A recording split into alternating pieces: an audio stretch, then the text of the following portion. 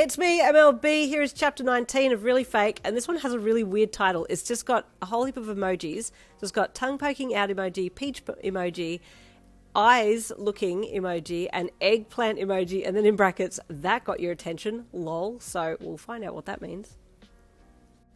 What would I chew you out for? Kuroo asked smugly as he crossed his arms and sat back against the booth seat, knowing full well what you meant. Well, firstly, for being such an attention-seeking whore chasing after anyone who shows me even the slightest bit of interest, and secondly, for completely ditching you even though we're just fake dating, he said glumly, as you sniffed heavily and stared down at the table. Why would I need to chew you out, if you already know what you did? Kuroo said calmly, his intense eyes watching you closely. I don't know, I kind of feel like it would be the perfect opportunity for you to kick me while I'm down, you said sadly, as you continued to eyeball the table. I'm so done with everything. I'm going to go and tell bitch 1 and bitch 2 that you and I are not dating, and then stop talking to them and become an actual learner, or move to another planet, you added, as you slumped your face into your palm, the bracelet that Ayuko bought you, showing plainly for Kuroo to see. Well, before I say anything else, take that bracelet off, Kuroo said in a low voice. What? You asked, as you looked up at him, and then down to the bracelet.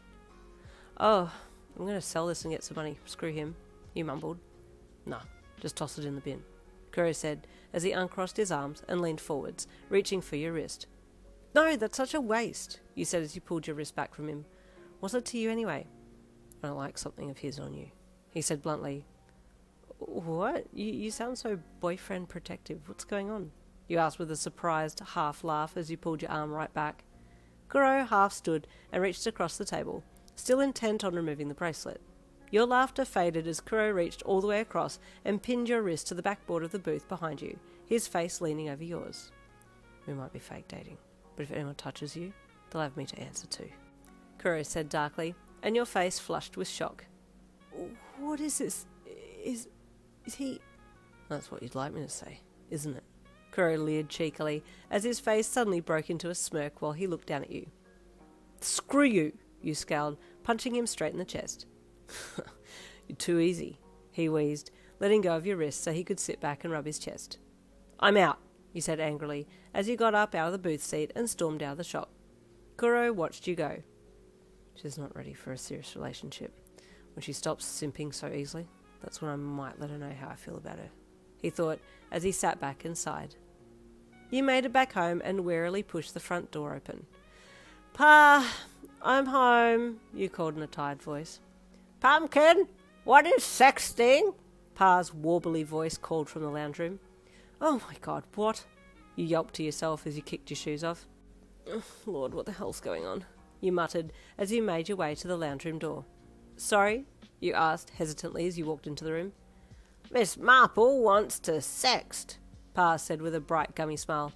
I don't know what the flaming heck it is. Pa, did you just curse? You gasped playfully. Oh, sorry, sweet pea. Cover your ears, he said with a devious cackling chuckle. Suddenly his phone dinged and he looked down at it. Oh, she sent me a picture, he said to himself as he adjusted his glasses and tilted his head up so he could look through the bottom part of the bifocals. Oh no, Pa, he said softly, holding a hand out as if to stop him from opening the image. What's this supposed to be? He asked curiously as he held the phone back a bit.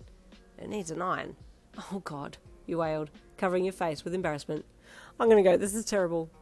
Oh, I see now, he said suddenly, his eyes flying open. Golly, that is something.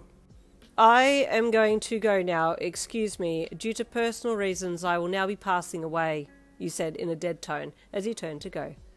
Wait a second, honey pie, hang on. She also sent me a little cartoon picture of a tongue and a peach, Pa called after you. What do I send back? Are you actually asking me that question? Is my own 85-year-old grandfather legit asking me this? You cried, fake sobbing as you clung to the doorframe. Well, if she's sending me food and body parts, I'll send the eyes, cartoon and an eggplant, Pa said as he looked back to his phone. Oh my God, I can't believe this is actually happening. You deadpanned as you left the lounge. Good luck with your explicit exchange, Pa, you called as you went to your room. Thank you, honey bunch, he called happily. Oh my God, this day has been wild from start to finish, you thought as you slowly climbed the stairs and went to your room. I just want a boring life again.